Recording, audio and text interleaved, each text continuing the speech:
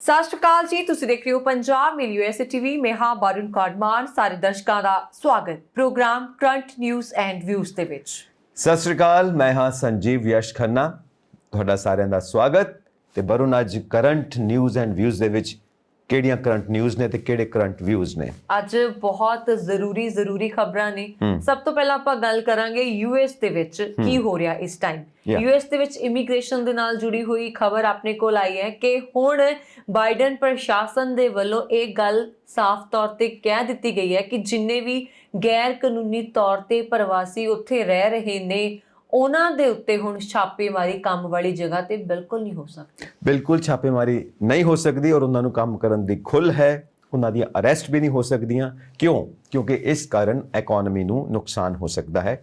ਜੋ ਬੰਦਾ ਕੰਮ ਕਰ ਰਿਹਾ ਹੈ ਕੰਮ ਕਰਦਾ ਰਹੇ। ਪਰ ਪਹਿਲਾਂ ਬਹੁਤ ਸਖਤਾਈ ਸੀ। ਟਰੰਪ ਸਾਹਿਬ ਨੇ ਤੇ ਕਾਫੀ ਸਖਤਾਈ ਵਰਤੀ ਸੀ ਕਿ ਉਹਨਾਂ ਨੂੰ ਅਰੈਸਟ ਵੀ ਕੀਤਾ ਜਾਵੇ, ਉਹਨਾਂ ਉੱਤੇ ਛਾਪੇ ਵੀ ਮਾਰੇ ਜਾਣ। ICC ਨੂੰ ਖਾਸ ਤੌਰ ਤੇ ਆਦੇਸ਼ ਜਾਰੀ ਕੀਤੇ ਗਏ ਸੀ, ਪਰ ਹੁਣ ਰਾਹਤ ਮਿਲੀ ਹੈ।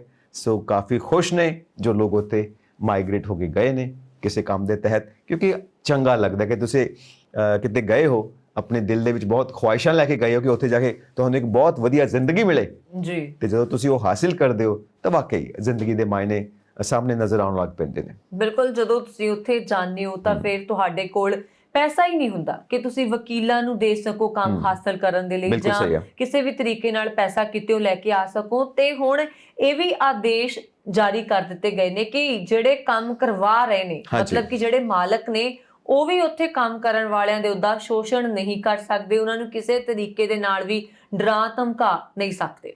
ਬਿਲਕੁਲ, ਜਦੋਂ ਇਹਦੇ ਉੱਤੇ ਚਰਚਾ ਹੋਈ ਹੈ ਤਾਂ ਜਿਹੜੇ ਡੈਮੋਕ੍ਰੈਟਿਕ ਆਗੂ ਨੇ ਉਹਨਾਂ ਨੇ ਕਾਫੀ ਇਸ ਨੂੰ ਸਰਾਹਿਆ ਹੈ, ਪ੍ਰਸ਼ੰਸਾ ਕੀਤੀ ਹੈ। ਪਰ ਰਿਪਬਲਿਕਨਸ ਉਹਨਾਂ ਦੇ ਉਲਟ ਸੀ। ਪਰ ਫਿਰ ਵੀ ਜੋ ਫਾਈਨਲੀ ਆਦੇਸ਼ ਜਾਰੀ ਹੋਏ ਨੇ ਉਹ ਬਹੁਤ ਵਧੀਆ ਰਹੇ ਔਰ ਸਾਰੇ ਜੋ ਮਾਈਗ੍ਰੈਂਟਸ ਨੇ ਬਹੁਤ ਖੁਸ਼ ਨੇ। ਔਰ ਇਹ ਹੋਣਾ ਵੀ ਚਾਹੀਦਾ ਸੀਗਾ। ਜੇ ਬਹੁਤ ਪਹਿਲਾਂ ਤੋਂ ਹੁੰਦਾ ਤਾਂ ਅੱਜ ਸ਼ਾਇਦ ਜੋ ਸਾਰੇ ਐਕਸਪਰਟਸ ਕਹਿੰਦੇ ਨੇ ਕਿ ਅੱਜ ਇਕਨੋਮੀ ਹੋਰ ਜ਼ਿਆਦਾ ਵਧੀਆ ਹੁੰਦੀ, ਕਿਉਂਕਿ ਜਦੋਂ ਕੋਈ ਬੰਦਾ ਕਿਤੇ ਜਾ ਕੇ ਮਾਈਗ੍ਰੇਟ ਕਰਦਾ ਤਾਂ ਉਹਦੇ ਅੰਦਰ ਇੱਕ ਹੁਨਰ ਹੈ, ਉਹਦੇ ਅੰਦਰ ਇੱਕ ਟੈਲੈਂਟ ਹੈ। ਜਦੋਂ ਉਸ ਚੀਜ਼ ਦਾ ਸਹੀ ਇਸਤੇਮਾਲ ਹੁੰਦਾ ਹੈ ਉਸ ਥਾਂ ਦੇ ਉੱਤੇ ਜਿੱਥੇ ਉਹ ਪਹੁੰਚਿਆ ਤਾਂ ਰਿਜ਼ਲਟਸ ਬਹੁਤ ਵੱਖਰੇ ਹੁੰਦੇ ਨੇ। ਪਰ ਜਦੋਂ ਉਸ ਆਦਮੀ ਦੇ ਮਨ ਦੇ ਉੱਤੇ ਪ੍ਰੈਸ਼ਰ ਹੋਵੇ, ਡਰ ਕੇ ਕੰਮ ਕਰਦਾ ਹੈ, ਕਿਤੇ ਮੈਂ ਫੜਿਆ ਨਾ ਜਾਵਾਂ, ਕਦੇ ਕਿਸੇ ਨੂੰ ਪਤਾ ਨਾ ਲੱਗ ਜਾਵੇ, ਕੋਈ ਮੇਰੀ ਸੂਹ ਨਾ ਦੇ ਦੇਵੇ, ਕਿਸੇ ਨੂੰ ਮੈਨੂੰ ਅਰੈਸਟ ਨਾ ਕਰ ਲਵੇ, ਤਾਂ ਉਸ ਟਾਈਮ ਉਹ ਆਪਣੇ ਗੁਣਾਂ ਦਾ ਪੂਰੀ ਤਰ੍ਹਾਂ ਉਪਯੋਗ ਨਹੀਂ ਕਰਦਾ। ਬਿਲਕੁਲ, ਔਰ ਜਦੋਂ ਉਸ ਦੇ ਅੰਦਰ ਡਰ ਹੁੰਦਾ ਹੈ ਤਾਂ ਫਿਰ ਕਈ ਲੋਕ ਉਸ ਦਾ ਨਜਾਇਜ਼ ਫਾਇਦਾ ਵੀ ਚੁੱਕਦੇ ਨੇ, ਜੋ ਬਾਈਡਨ ਪ੍ਰਸ਼ਾਸਨ ਨੇ ਹੁਣ ਪੂਰੀ ਤਰ੍ਹਾਂ ਖਤਮ ਕਰ ਦਿੱਤਾ ਹੈ ਕਿ ਕੋਈ ਵੀ ਗੈਰ ਕਾਨੂੰਨੀ ਪ੍ਰਵਾਸੀਆਂ ਦਾ ਨਜਾਇਜ਼ ਫਾਇਦਾ ਨਹੀਂ ਚੁੱਕ ਸਕਦਾ, ਉਹਨਾਂ ਨੂੰ ਅਰੈਸਟ ਨਹੀਂ ਕਰ ਸਕਦਾ, ਉਹਨਾਂ ਦਾ ਸ਼ੋਸ਼ਣ ਨਹੀਂ ਕੀਤਾ ਜਾ ਸਕਦਾ। ਉਹ ਆਰਾਮ ਦੇ ਨਾਲ ਖੁੱਲ੍ਹ ਕੇ ਕੰਮ ਕਰ ਸਕਦੇ ਨੇ, ਜੋ ਇੱਕ ਬਿਹਤਰ ਚੀਜ਼ ਹੈ। ਤੇ ਬਹੁਤ ਸਾਰੇ ਲੋਕ ਜਿਹੜੇ ਉੱਥੇ ਹਲੇ ਜਾਣਾ ਚਾਹੁੰਦੇ ਨੇ ਉਹਨਾਂ ਦੇ ਲਈ ਵੀ ਇੱਕ ਉਮੀਦ ਦੀ ਕਿਰਨ ਜਾਗੀ ਹੈ। ਜੇ ਕੱਲ ਨੂੰ ਅਸੀਂ ਜਾਂਦੇ ਹਾਂ ਤਾਂ ਸਾਨੂੰ ਕੋਈ ਫਾਇਦਾ ਹੋ ਸਕਦਾ ਹੈ। ਹਾਲਾਂਕਿ ਹਾਂ, ਇਹ ਗੱਲ ਜ਼ਰੂਰ ਹੈ ਕਿ ਹਮੇਸ਼ਾ ਕਾਨੂੰਨੀ ਤਰੀਕੇ ਦੇ ਨਾਲ ਜਾਓ। ਜਿੱਥੇ ਵੀ ਤੁਸੀਂ ਜਾਣਾ ਚਾਹੁੰਦੇ ਹੋ ਉੱਥੋਂ ਦੀਆਂ ਜਿੰਨੀਆਂ ਵੀ ਕਾਨੂੰਨੀ ਸ਼ਰਤਾਂ ਨੇ ਉਹਨਾਂ ਨੂੰ ਪੂਰਾ ਕਰਕੇ ਹੀ ਕਿਸੇ ਦੇਸ਼ ਦੇ ਵਿੱਚ ਐਂਟਰ ਕਰਨਾ ਚਾਹੀਦਾ। ਪਰ ਜਿਹੜੇ ਲੋਕ ਪਹਿਲਾਂ ਉੱਥੇ ਜਾ ਚੁੱਕੇ ਨੇ ਜਾਂ ਗੈਰ ਕਾਨੂੰਨੀ ਤੌਰ ਤੇ ਕੰਮ ਕਰ ਰਹੇ ਨੇ ਉਹਨਾਂ ਦੇ ਲਈ ਇਸ ਤੋਂ ਵੱਡੀ ਰਾਹਤ ਦੀ ਖਬਰ ਅੱਜ ਦੀ ਤਰੀਕ ਦੇ ਵਿੱਚ ਕੋਈ ਦੂਜੀ ਨਹੀਂ ਹੋ ਸਕਦੀ, ਕਿਉਂਕਿ ਹਮੇਸ਼ਾ ਡਰ ਰਹਿੰਦਾ ਕਿ ਮੈਨੂੰ ਕੋਈ ਐਕਸਪਲੋਇਟ ਨਾ ਕਰੇ, ਮੇਰਾ ਕੋਈ ਸ਼ੋਸ਼ਣ ਨਾ ਕਰੇ। ਕਈ ਵਾਰ ਮੈਨੂੰ ਤਨਖਾਹ ਘੱਟ ਦਿੱਤੀ ਜਾਏਗੀ, ਵੇਜਿਸ ਘੱਟ ਦਿੱਤੀਆਂ ਜਾਣਗੀਆਂ, ਕਿਉਂਕਿ ਉਹਨਾਂ ਨੂੰ ਪਤਾ ਹੈ, ਮਜਬੂਰ ਹੈ, ਉਸਨੂੰ ਡਰ ਹੈ ਕਿ ਕਿਤੇ ਮੈਨੂੰ ਫੜਵਾ ਨਾ ਦੇਣ। ਤਾਂ ਬਹੁਤ ਕੁਝ ਐਸਾ ਹੁੰਦਾ ਹੈ ਜੋ ਹਿਊਮਨ ਰਾਈਟਸ ਦੇ ਅਗੇਂਸਟ ਜਾਂਦਾ ਹੈ, ਜੋ ਮਨੁੱਖੀ ਅਧਿਕਾਰਾਂ ਦੇ ਖਿਲਾਫ ਜਾਂਦਾ ਹੈ। ਸੋ ਇਹ ਬਹੁਤ ਵਧੀਆ ਕਦਮ ਹੈ ਪ੍ਰਸ਼ਾਸਨ ਵੱਲੋਂ, ਔਰ ਇਹਦੇ ਨਾਲ ਜੋ ਇਮੀਗ੍ਰੈਂਟਸ ਨੇ ਉਹਨਾਂ ਨੂੰ ਬਹੁਤ ਰਾਹਤ ਮਿਲੇਗੀ, ਖੁਸ਼ੀ ਮਿਲੇਗੀ ਔਰ ਇਕਨੋਮੀ ਨੂੰ ਵੀ ਇਹਦਾ ਫਾਇਦਾ ਹੋਏਗਾ, ਕਿਉਂਕਿ ਉਹ ਆਪਣੇ ਪੂਰੇ ਟੈਲੈਂਟ ਨੂੰ ਲਾਉਣਗੇ ਆਪਣੇ ਕੰਮ ਦੇ ਵਿੱਚ। ਬਿਲਕੁਲ ਸੰਜੀਵ ਜੀ, ਇਹ ਤਾਂ ਹੋ ਗਈ ਪਹਿਲੀ ਖਬਰ। ਹੁਣ ਦੂਸਰੀ ਖੁਸ਼ਖਬਰੀ ਵੀ ਤੁਸੀਂ US ਦੇ ਲੋਕਾਂ ਨੂੰ ਦੱਸ ਦਿਓ, ਜਿਹੜੀ ਸਰਹੱਦ, ਜ਼ਮੀਨੀ ਸਰਹੱਦ ਖੁੱਲ ਰਹੀ ਹੈ, ਨਵੰਬਰ ਤੋਂ ਖੁੱਲ ਰਹੀ ਹੈ ਜੀ। ਮੈਕਸੀਕੋ ਕੈਨੇਡਾ ਦੇ ਵਿੱਚ ਜੋ ਵਾਹਨ ਸੀਗੇ, ਜੋ ਯਾਤਰਾਵਾਂ ਸੀ, ਜੋ ਕਿਸ਼ਤੀਆਂ ਸੀ, ਜੋ ਰੇਲਾਂ ਸੀ, ਬੰਦ ਪਈਆਂ ਸੀ ਕੋਵਿਡ ਕਾਰਨ, ਹੁਣ ਉਹ ਖੁੱਲ ਰਹੀਆਂ ਨੇ। ਔਰ ਪੂਰੀ ਉਮੀਦ ਹੈ, ਹਾਲਾਂਕਿ ਹਜੇ ਤੱਕ ਕੋਈ ਡੇਟ ਫਿਕਸ ਨਹੀਂ ਹੋਈ, ਕੋਈ ਨਿਸ਼ਚਿਤ ਨਹੀਂ ਕੀਤੀ ਗਈ, ਪਰ ਉਮੀਦ ਪੂਰੀ ਹੈ ਕਿ ਨਵੰਬਰ ਤੋਂ ਇਹ ਸਾਰੀ ਕਾਰਵਾਈ ਜ਼ਰੂਰ ਹੋਏਗੀ ਔਰ ਇਹ ਸਾਰੀਆਂ ਸਰਹੱਦਾਂ ਖੁੱਲ ਜਾਣਗੀਆਂ। ਬਿਲਕੁਲ, ਇਹਨਾਂ ਦੇ ਨਾਲ ਮੈਂ ਇੱਕ ਗੱਲ ਹੋਰ ਜੋੜ ਦਿੰਦੀ ਹਾਂ ਕਿ ਨਵੰਬਰ ਦੇ ਸ਼ੁਰੂ ਦੇ ਵਿੱਚ ਹੀ ਸਰਹੱਦਾਂ ਖੁੱਲਣ ਦੀ ਉਮੀਦ ਹੈ। ਜ਼ਮੀਨੀ ਸਰਹੱਦਾਂ, ਕੈਨੇਡਾ ਮੈਕਸੀਕੋ ਬਾਰਡਰ ਜਿਹੜਾ ਲੱਗਦਾ ਹੈ US ਦੇ ਨਾਲ। ਤੇ ਦੂਸਰੀ ਗੱਲ ਇਹ ਹੈ ਕਿ ਇਹਦੇ ਨਾਲ ਟਰੱਕ ਡਰਾਈਵਰਾਂ ਨੂੰ ਬਹੁਤ ਫਾਇਦਾ ਹੋਣਾ। ਸਾਡਾ ਬਹੁਤ ਸਾਰਾ ਪੰਜਾਬੀ ਭਾਈਚਾਰਾ ਉੱਥੇ ਟਰੱਕ ਡਰਾਈਵਿੰਗ ਦੇ ਵਿੱਚ ਹੈ, ਕੈਨੇਡਾ ਦੇ ਵਿੱਚ ਟਰੱਕ ਡਰਾਈਵਿੰਗ ਕਰਦੇ ਨੇ, ਮੈਕਸੀਕੋ 'ਚ ਟਰੱਕ ਡਰਾਈਵਿੰਗ ਕਰਦੇ ਨੇ, US ਦੇ ਵਿੱਚ ਟਰੱਕ ਡਰਾਈਵਿੰਗ ਕਰਦੇ ਨੇ। ਸੋ ਇਹਦੇ ਨਾਲ ਉਹਨਾਂ ਨੂੰ ਬਹੁਤ ਫਾਇਦਾ ਹੋਣ ਵਾਲਾ ਹੈ। ਕਰੋਨਾ ਦੇ ਕਾਰਨ ਜਿਹੜੀ ਇਕਨੋਮਿਕ ਸਿਚੁਏਸ਼ਨ ਉਹਨਾਂ ਦੀ ਥੋੜੀ ਬਹੁਤੀ ਹਿੱਲੀ ਸੀ, ਕਈਆਂ ਦੀ ਤਾਂ ਬਹੁਤ ਜ਼ਿਆਦਾ ਹਿੱਲੀ ਸੀ। ਇਹਦੇ ਖੁੱਲਣ ਦੇ ਨਾਲ ਜਦੋਂ ਜ਼ਮੀਨੀ ਸਰਹੱਦ ਖੁੱਲੂਗੀ ਤੇ ਇਕਨੋਮਿਕ ਸਿਚੁਏਸ਼ਨ ਹੈ ਜਿਹੜੀ ਠੀਕ ਹੋਣੀ ਹੈ। ਜ਼ਮੀਨੀ ਸਰਹੱਦਾਂ ਖੁੱਲਣ ਦੇ ਨਾਲ ਤੋਂ ਜਿਹੜੇ ਲੋਕ ਹੁਣ ਹਲੇ ਚਾਹੁੰਦੇ ਨੇ ਕਿ ਉਧਰ ਨੂੰ ਮੂਵ ਕੀਤਾ ਜਾਵੇ, ਇਸ ਗੱਲੋਂ ਡਰ ਗਏ ਸੀਗੇ ਕਿ ਅਸੀਂ ਤਾਂ ਟਰੱਕ ਵਾਲੀ ਲਾਈਨ 'ਚ ਪਹਿਲੇ ਸਰਹੱਦਾਂ ਬੰਦ ਪਈਆਂ, ਪਤਾ ਨਹੀਂ ਸਾਡੇ ਬਿਜ਼ਨਸ ਦਾ ਕੀ ਬਣੂਗਾ, ਉਹਨਾਂ ਦੇ ਲਈ ਵੀ ਇਹ ਰਾਹਤ ਭਰੀ ਖਬਰ ਹੈ। ਬਿਲਕੁਲ। ਔਰ ਇੱਕ ਜ਼ਰੂਰੀ ਚੀਜ਼ ਵੀ ਹੈ ਕਿ ਕੋਵਿਡ ਦਾ ਇੰਜੈਕਸ਼ਨ ਲਗਵਾਉਣਾ ਜ਼ਰੂਰੀ ਹੈ। ਉਹ ਡੋਜ਼ ਲੈਣੀ ਹੈ ਤਾਂ ਤੁਸੀਂ ਟਰਾਂਸਪੋਰਟ ਲੈ ਕੇ ਜਾ ਸਕਦੇ ਹੋ। ਔਰ ਟਰਾਂਸਪੋਰਟ ਦੇ ਉੱਤੇ ਅੱਜ ਦੀ ਇਕਨੋਮੀ, ਜਿਹੜੀ ਤੁਸੀਂ ਇਕਨੋਮੀ ਦੀ ਗੱਲ ਕਰ ਰਹੇ ਹੋ, ਬਹੁਤ ਜ਼ਿਆਦਾ ਡਿਪੈਂਡ ਕਰਦੀ ਹੈ, ਕਿਉਂਕਿ ਆਣਾ ਜਾਣਾ ਮਾਲ ਦਾ ਬਹੁਤ ਜ਼ਿਆਦਾ ਅਸੀਂ ਕਹਿ ਸਕਦੇ ਹਾਂ ਇੰਪੋਰਟੈਂਟ ਚੀਜ਼ ਆ। ਜਦੋਂ ਸਭ ਕੁਝ ਰੁਕ ਗਿਆ ਤਾਂ ਬਿਜ਼ਨਸ ਨੂੰ ਘਾਟਾ ਹੋਣਾ ਹੀ ਹੋਣਾ ਹੈ। ਔਰ ਇਕਨੋਮੀ ਹੀ ਹਰ ਚੀਜ਼ ਦਾ ਆਧਾਰ ਹੈ। ਇਕਨੋਮੀ ਦੇ ਬੇਸ ਤੇ ਹੀ ਇਨਸਾਨ ਇੱਕ ਦੇਸ਼ ਤੋਂ ਦੂਸਰੇ ਦੇਸ਼ ਜਾਂਦਾ ਹੈ। ਇਕਨੋਮੀ ਦੇ ਬੇਸ ਤੇ ਹੀ ਉਹ ਸੋਚਦਾ ਹੈ ਕਿ ਮੇਰੀ ਲਾਈਫ ਦਾ ਪੱਧਰ ਕੀ ਹੋਏਗਾ, ਮੇਰਾ ਸਟੇਟਸ ਕੀ ਹੋਏਗਾ। ਇਕਨੋਮੀ ਹੀ ਪੂਰੀ ਦੇਸ਼ ਦੀ ਜੋ ਲਾਈਫ ਸਟਾਈਲ ਹੈ ਉਹਦਾ ਬੇਸ ਹੁੰਦੀ ਹੈ। ਸੋ ਕਾਫੀ ਦੇਰ ਤੋਂ ਮੈਕਸੀਕੋ ਵੱਲੋਂ ਵੀ, ਕੈਨੇਡਾ ਵੱਲੋਂ ਵੀ ਪ੍ਰੈਸ਼ਰ ਜ਼ਰੂਰ ਸੀਗਾ ਅਮਰੀਕਾ ਦੇ ਉੱਤੇ ਕਿ ਤੁਸੀਂ ਇਹ ਖੋਲੋ, ਸਾਰੇ ਰਾਹ ਖੋਲੋ, ਆਵਾਜਾਈ ਸ਼ੁਰੂ ਕਰੋ।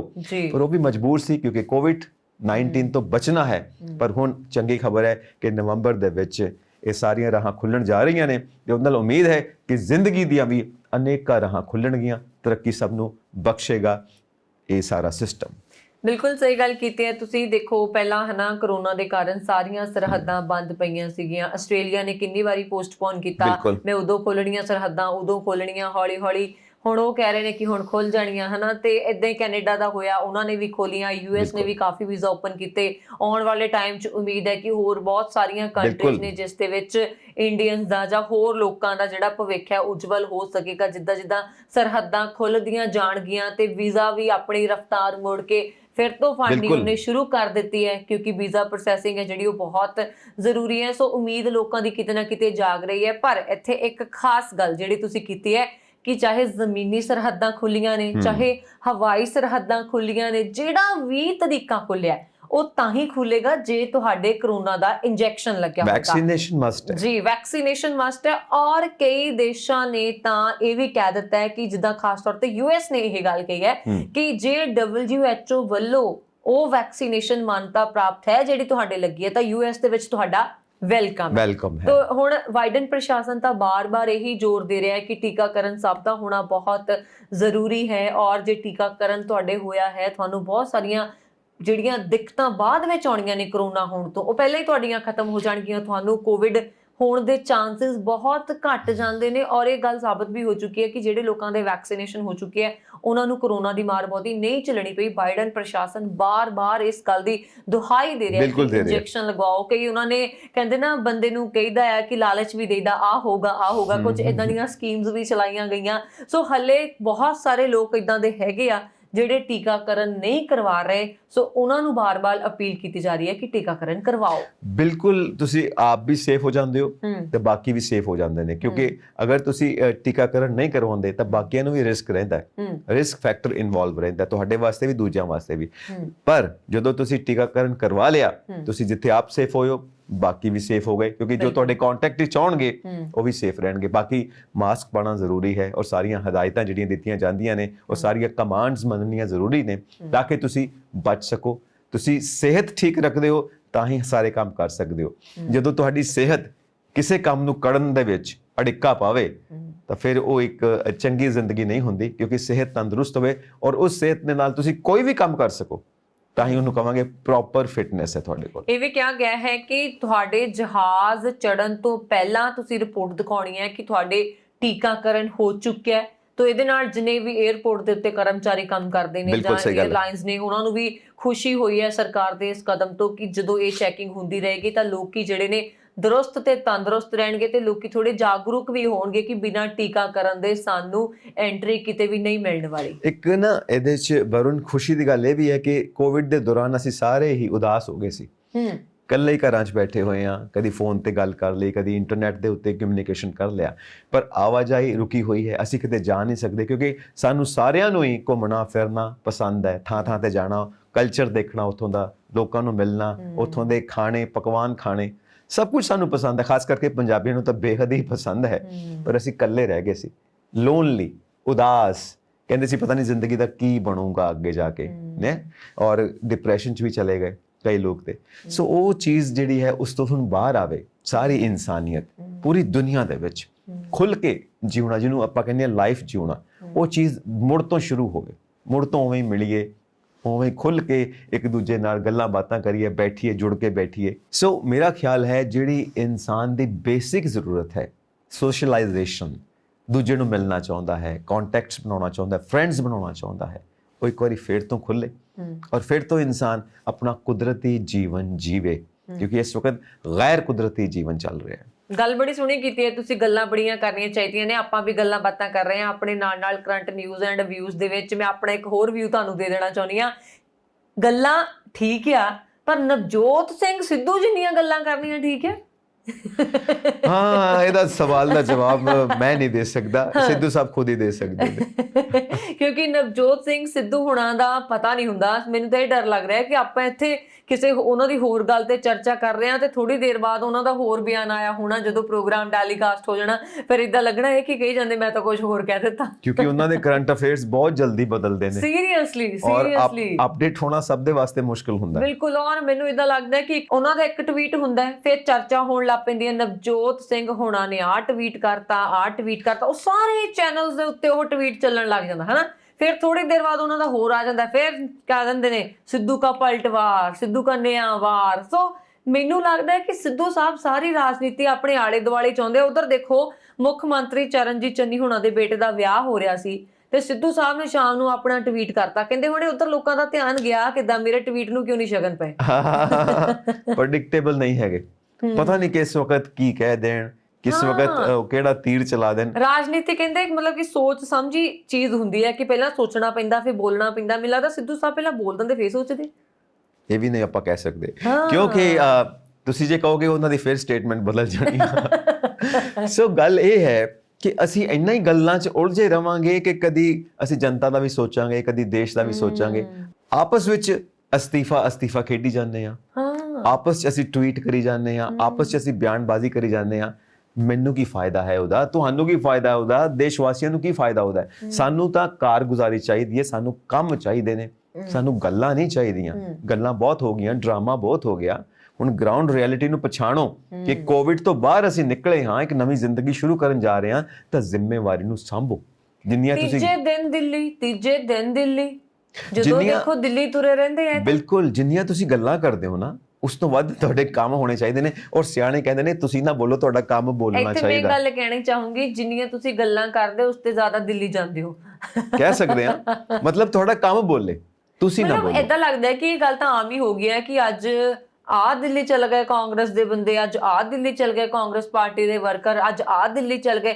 ਸਾਰੀ ਰਾਜਨੀਤੀ ਪਿਛਲੇ ਕੁਝ ਸਮੇਂ ਤੋਂ ਦਿੱਲੀ ਦੇ ਆਲੇ ਦੁਆਲੇ ਘੁੰਮਦੀ ਆ। ਜਦੋਂ ਪਿਛਲੀ ਵਾਰੀ ਵੀ ਕਾਂਗਰਸ ਦੀ ਸਰਕਾਰ ਸੀ, ਭੱਠੜ ਹੁਣਾਂ ਤੇ ਕੈਪਟਨ ਦੇ ਦਰਮਿਆਨ ਕਾਫੀ ਵਿਵਾਦ ਚੱਲਦਾ ਰਿਹਾ, ਉਦੋਂ ਵੀ ਇਹ ਦਿੱਲੀ ਤੁਰ ਰਹੇ। ਤੇ ਮੈਨੂੰ ਇਦਾਂ ਲੱਗਦਾ ਕਿ ਹੁਣ ਨਵਜੋਤ ਸਿੰਘ ਸਿੱਧੂ ਹੁਣਾਂ ਦੀ ਜਦੋਂ ਆਪਾਂ ਗੱਲ ਕਰ ਰਹੇ ਹਾਂ, ਉਹ ਫੇਰ ਕਹਿ ਰਹੇ ਨੇ ਮੈਂ ਦਿੱਲੀ ਜਾਊਂਗਾ, ਹਾਈ ਕਮਾਂਡ ਨੂੰ ਮਿਲੂੰਗਾ। ਬੰਦੇ ਨੂੰ ਕੁਝ ਆਪਣੇ ਸਟੈਂਡ ਤੇ ਖੜਾ ਹੋਣਾ ਚਾਹੀਦਾ। ਕੋਈ ਵੀ ਚੀਜ਼ ਆ, ਮੈਂ ਆਪਣਾ ਪਰਸਨਲ ਐਕਸਪੀਰੀਅੰਸ ਤੁਹਾਨੂੰ ਮਤਲਬ ਕਿ ਦੱਸਦੀ ਆ, ਜਾਂ ਆਪਣੇ ਪਰਸਨਲ ਵਿਊਜ਼ ਤੁਹਾਨੂੰ ਦੱਸਦੀ ਆ ਕਰੰਟ ਨਿਊਜ਼ ਐਂਡ ਵਿਊਜ਼ ਦੇ ਵਿੱਚ। ਬਿਲਕੁਲ, ਜਦੋਂ ਤੁਹਾਨੂੰ ਪਤਾ ਹੈ ਤੁਸੀਂ ਕਿਤੇ ਕੰਮ ਕਰਨ ਜਾ ਰਹੇ ਹੋ, ਤੁਸੀਂ ਭੁੱਲ ਜਾਓ ਕਿ ਉੱਥੇ ਮੁਸ਼ਕਲਾਂ ਨਹੀਂ ਹੋਣਗੀਆਂ। ਮੁਸ਼ਕਲਾਂ ਤਾਂ ਹੋਣੀਆਂ ਹੀ ਹੋਣੀਆਂ ਨੇ।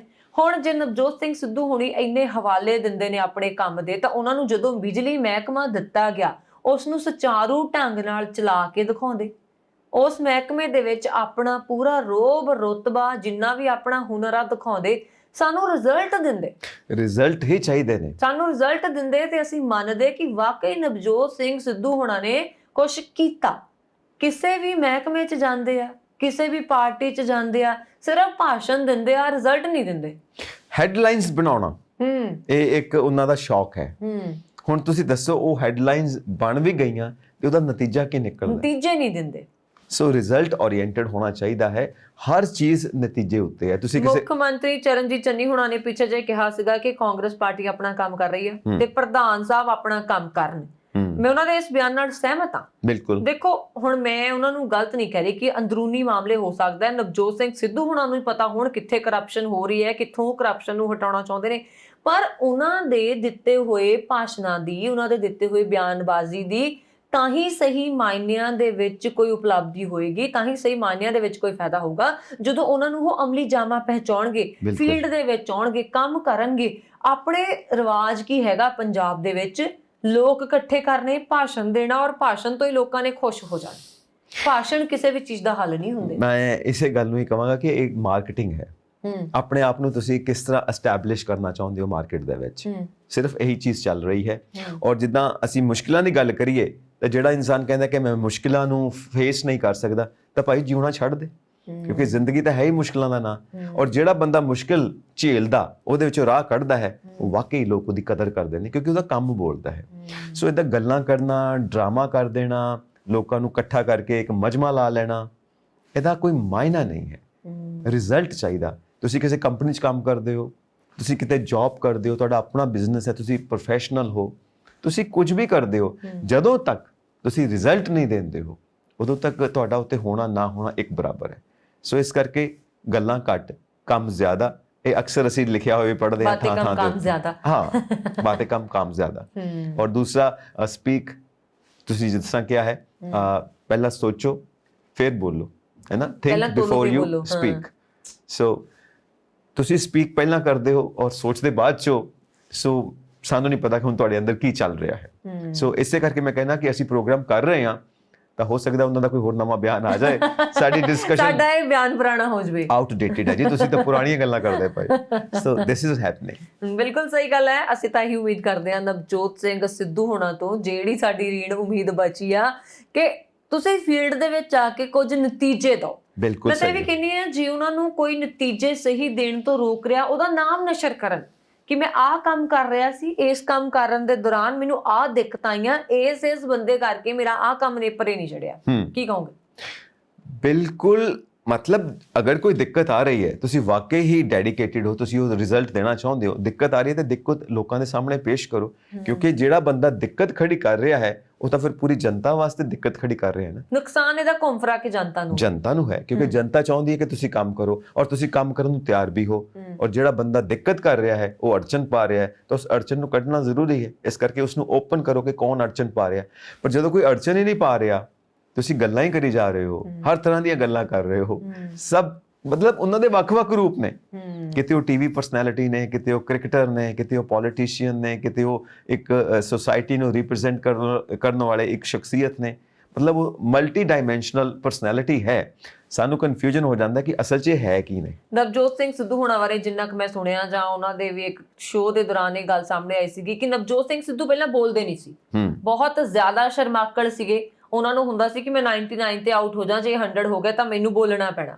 ਉਹ ਇੰਨਾ ਘੱਟ ਬੋਲਦੇ ਸੀ। ਉਹਨਾਂ ਦੇ ਘਰ ਜਦੋਂ ਨਵਾਂ ਵਿਆਹ ਹੋਇਆ ਉਹਨਾਂ ਦਾ, ਤੇ ਉਹਨਾਂ ਨੂੰ ਜਦੋਂ ਕੋਈ ਮਿਲਣ ਆਉਂਦਾ ਸੀ ਤਾਂ ਉਹ ਲੁਕ ਜਾਂਦੇ ਸੀ, ਕਿਤੇ ਮੈਨੂੰ ਬੋਲਣਾ ਨਾ ਪੈ ਜਾਏ। ਸੋ ਹੁਣ ਇਹ ਹੈ ਕਿ ਨਵਜੋਤ ਸਿੰਘ ਸਿੱਧੂ ਇੰਨਾ ਬੋਲਦੇ ਕਿਉਂ ਹੈ? ਜੇ ਬੋਲਦੇ ਆ ਤਾਂ ਮੋਸਟ ਵੈਲਕਮ, ਅਮਲ ਕਿਉਂ ਨਹੀਂ ਕਰਦੇ? ਅਮਲ ਕਰਨ ਤਾਂ ਨਤੀਜੇ ਦੇਣ। ਹੁਣ ਅਗਲੀ ਖਬਰ ਕਿਹੜੀ ਦੇ ਰਹੇ ਹੋ? ਮੈਂ ਬਸ ਇੱਕ ਪੁਆਇੰਟ ਹੋਰ ਕਹਾਂਗਾ, ਹੁਣ ਤਾਂ ਹੈ ਕਿ ਜੇ ਕੋਈ ਲੁਕਿਆ ਹੋਵੇ ਨਾ, ਉਹਨੂੰ ਵੀ ਲੱਭ ਕੇ ਬੋਲਦੇ ਨੇ, ਤੂੰ ਕਿੱਥੇ ਹੈਗਾ?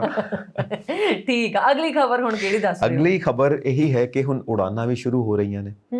ਜੋ ਅਮਰੀਕਾ ਚਾਹੁੰਦਾ ਹੈ ਕਿ ਉਡਾਨਾਂ ਹੋਣ, ਬਲਕਿ ਲੋਕਲ ਉਡਾਨਾਂ ਤੋਂ ਕਾਫੀ ਦੇਰ ਤੋਂ ਉਹਨਾਂ ਨੇ ਸ਼ੁਰੂ ਕੀਤੀਆਂ ਸੀ, ਔਰ ਭਾਰਤ ਵੀ ਉਹਦੇ ਵਿੱਚ ਅਗਵਾਈ ਕਰ ਰਿਹਾ ਹੈ, ਉਹ ਵੀ ਆਪਣੀਆਂ ਉਡਾਨਾਂ ਓਪਨ ਕਰ ਰਿਹਾ ਹੈ। ਤਾਂ ਆਈ ਹੋਪ ਕਿ ਇੰਟਰਨੈਸ਼ਨਲ ਬਾਰਡਰਸ ਹੁਣ ਪਹਿਲਾਂ ਵਾਕਣ ਖੁੱਲਣ ਜਾ ਰਹੇ ਨੇ, ਉਸ ਦੇ ਨਾਲ ਕਾਫੀ ਫਾਇਦਾ ਹੋਏਗਾ। ਔਰ ਐਕਸਪਰਟਸ ਦੀ ਰਾਏ ਤਾਂ ਇਹੀ ਹੈ ਕਿ ਹੁਣ ਮਾਹੌਲ ਕੁਝ ਬਣਦਾ ਵੀ ਨਜ਼ਰ ਆ ਰਿਹਾ ਹੈ ਕਿ ਹੁਣ ਸਾਰੇ ਬਾਰਡਰਸ ਖੋਲੇ ਜਾਣ। ਬਿਲਕੁਲ, ਜੇ ਭਾਰਤ ਵੱਲੋਂ ਹਾਮੀ ਭਰੀ ਜਾ ਰਹੀ ਹੈ ਬਾਰਡਰ ਖੋਲਣ ਦੇ ਲਈ, ਹਨਾ, ਤੇ ਭਾਰਤ ਕਾਫੀ ਜ਼ਿਆਦਾ ਇਸ ਚੀਜ਼ ਦੇ ਵਿੱਚ ਅੱਗੇ ਆ ਕੇ ਕੰਮ ਕਰ ਰਿਹਾ ਕਿ ਹੁਣ ਬਾਰਡਰ ਖੁੱਲ ਰਹੇ ਨੇ, ਆਪਾਂ ਅੱਗੇ ਹੋਵਾਂਗੇ। ਸੋ ਬਹੁਤ ਸਾਰੇ ਲੋਕਾਂ ਨੂੰ ਫਾਇਦਾ ਹੋਣ ਵਾਲਾ ਹੈ। ਕਈ ਲੋਕ ਤਾਂ ਵਿਚਾਰੇ ਇਦਾਂ ਦੇ ਸੀ, ਕਿੰਨੀ ਦੇਰ ਇੱਧਰ ਹੀ ਫਸੇ ਰਹੇ, ਇੱਧਰ ਆਏ ਉੱਧਰ ਫਸੇ ਰਹੇ। ਸੋ ਇੱਧਰ ਉੱਧਰ ਜਾਣ ਦੇ ਚੱਕਰ 'ਚ ਉਹ ਆਪਣੇ ਕੰਮਾਂ ਤੇ ਨਹੀਂ ਪਹੁੰਚ ਪਾਏ। ਕਈ ਜਾਣੇ ਵਧੀਆ ਫਿਊਚਰ ਨੂੰ ਸੋਚ ਕੇ ਦੂਸਰੇ ਦੇਸ਼ਾਂ ਨੂੰ ਮੂਵ ਕਰਦੇ ਆ, ਉਹ ਵੀ ਜਿਹੜੀਆਂ ਸਰਹੱਦਾਂ ਬੰਦ ਹੋਣ ਕਰਕੇ ਦੂਸਰੇ ਦੇਸ਼ਾਂ ਨੂੰ ਮੂਵ ਨਹੀਂ ਕਰ ਸਕੇ। ਸੋ ਕਿੰਨੀਆਂ ਸਾਰੀਆਂ ਚਿੰਤਾਵਾਂ ਜਿਹੜੀਆਂ ਸੀਗੀਆਂ ਆਈਆਂ, ਪਰ ਉਹ ਦੂਰ ਹੁੰਦੀਆਂ ਜਾ ਰਹੀਆਂ ਨੇ, ਹਵਾਈ ਸਫ਼ਰ ਫਿਰ ਤੋਂ ਸ਼ੁਰੂ ਹੋ ਸ਼ੁਰੂ ਹੋ ਰਹੇ ਨੇ, ਰਿਹਾ। ਜੋ ਇਦਾਂ ਲੱਗਦਾ ਕਿ ਜਹਾਜ਼ਾਂ ਦੇ ਉਡਣ ਦੇ ਨਾਲ ਇਨਸਾਨ ਵੀ ਉਡਣ ਲੱਗੇ ਨੇ, ਉਹਨਾਂ ਦੀ ਜਿਹੜੀ ਬੱਝੀ ਹੋਈ ਆਤਮਾ ਸੀ ਉਸ ਨੂੰ ਵੀ ਖਾਂਦੋ ਮਿਲੇ ਨੇ। ਬਿਲਕੁਲ ਜੀ, ਅਕਤੂਬਰ 18 ਇਹ ਇੱਕ ਖਾਸ ਡੇਟ ਹੈ ਔਰ ਉਮੀਦ ਹੈ ਕਿ ਇਸ ਦਿਨ ਤੋਂ ਉਡਾਨਾਂ ਕਾਫੀ ਪਰਸੈਂਟੇਜ ਦੇ ਵਿੱਚ ਮੁੜ ਤੋਂ ਉਡਾਨ ਭਰਨਗੀਆਂ ਔਰ ਵਾਕਈ ਜੋ ਤੁਸੀਂ ਕਿਹਾ ਕਿ ਉਮੀਦਾਂ ਨੂੰ ਖੰਭ ਲੱਗਣਗੇ ਔਰ ਇੱਕ ਦੇਸ਼ ਤੋਂ ਦੂਸਰੇ ਦੇਸ਼ 'ਚ ਜਾ ਕੇ ਆਪਣਾ ਫਿਊਚਰ ਵੀ ਤਲਾਸ਼ਣਗੇ। ਔਰ ਜੋ ਪੁਰਾਣੇ ਪੈਂਡਿੰਗ ਕੰਮ ਨੇ ਜਾਂ ਖਾਸ ਤੌਰ ਤੇ ਕਿਸੇ ਨੂੰ ਮਿਲਣ ਜਾਣਾ ਹੈ, ਸਾਲ ਹੋ ਗਿਆ ਕਿਸੇ ਨੂੰ ਮਿਲੇ ਨਹੀਂ, ਕਿਉਂਕਿ ਸਾਡੇ ਪੰਜਾਬੀ ਆਮ ਤੌਰ ਤੇ ਆਉਂਦੇ ਨੇ ਹਰ 6 ਮਹੀਨੇ ਬਾਅਦ ਪੰਜਾਬ ਗੇੜਾ ਮਾਰਦੇ ਨੇ ਔਰ ਆਏ ਵੀ ਨਹੀਂ। ਔਰ ਹੁਣ ਮੌਸਮ ਵੀ ਆ ਰਿਹਾ ਮੱਕੀ ਦੀ ਰੋਟੀ ਤੇ ਸਰੋਂ ਦੇ ਸਾਗ ਦਾ, ਉਹ ਜ਼ਰੂਰ ਆਉਣਾ ਚਾਹਣਗੇ। ਸੋ ਉਹਨਾਂ ਵਾਸਤੇ ਵੀ ਗੁੱਡ ਨਿਊਜ਼ ਹੈ ਕਿ ਵਾਕਈ ਉਡਾਨਾਂ ਖੁੱਲਣ ਜਾ ਰਹੀਆਂ ਨੇ, ਪਰ ਜੋ ਇੰਸਟਰਕਸ਼ਨਸ ਨੇ ਉਹ ਸੇਮ ਨੇ। ਕੋਵਿਡ ਦਾ ਇੰਜੈਕਸ਼ਨ ਲਗਵਾਉਣਾ ਹੈ, ਕੋਵਿਡ ਤੋਂ ਸਾਵਧਾਨ ਰਹਿਣਾ ਹੈ, ਵੈਕਸੀਨੇਸ਼ਨ ਬਹੁਤ ਜ਼ਿਆਦਾ ਜ਼ਰੂਰੀ ਹੈ। ਤੇ ਹੁਣ ਗੱਲ ਕਰਦੇ ਨੇ ਆਪਾਂ ਕਿਸਾਨਾਂ ਦੀ।